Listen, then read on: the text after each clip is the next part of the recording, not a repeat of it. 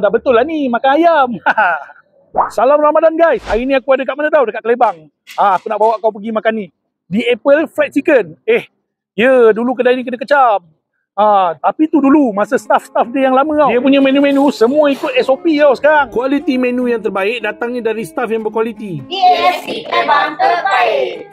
Nak bagi tahu korang, dia ada dua pilihan nasi. Nasi lemak dengan butter rice. Dua-dua pun okey. Kalau combo A tu satu ayam lah. Yang combo B dua ayam. Tak kisahlah kau nak beli apa combo pun. Tapi kalau kau beli 5, kau free satu nasi lemak dengan air mineral dia tau. Berbuka, sahur, sampai raya. Sampai raya dia fikir Setiap combo dia datang dengan satu air. Tak kisahlah kau nak yang ada susu ke ataupun macam ni. Ada je dekat di AFC ni. Sambal nasi lemak dia macam mak-mak dalam kampung yang masak tau. Ini dia real istilah juicy yang sebenar. Di luar rangup, dekat dalam isi ayam dia tu rasa perapan dia tu. Betul lah geng, ayam dia perap cukup masa dia. Kalau kau nak add on kat sini pun boleh. Dia ada zinger burger dia ni. Crispy ni. Lepas tu dia punya twister penuh dengan isi kat dalam dia. Dan lain-lain lah macam nugget, wedges, fries.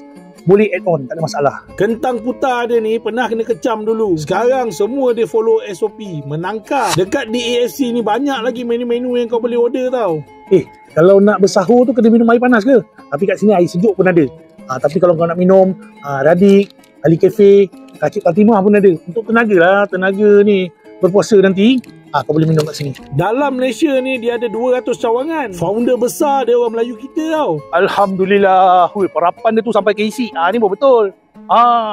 Kita pergi maghrib dulu, lepas tu pergi Bazar Kelebang cari baju Melayu. Baik ni. Dah boleh dah berbuka puasa dan juga sahur bersama keluarga sambil jalan-jalan kat Bazar Kelebang.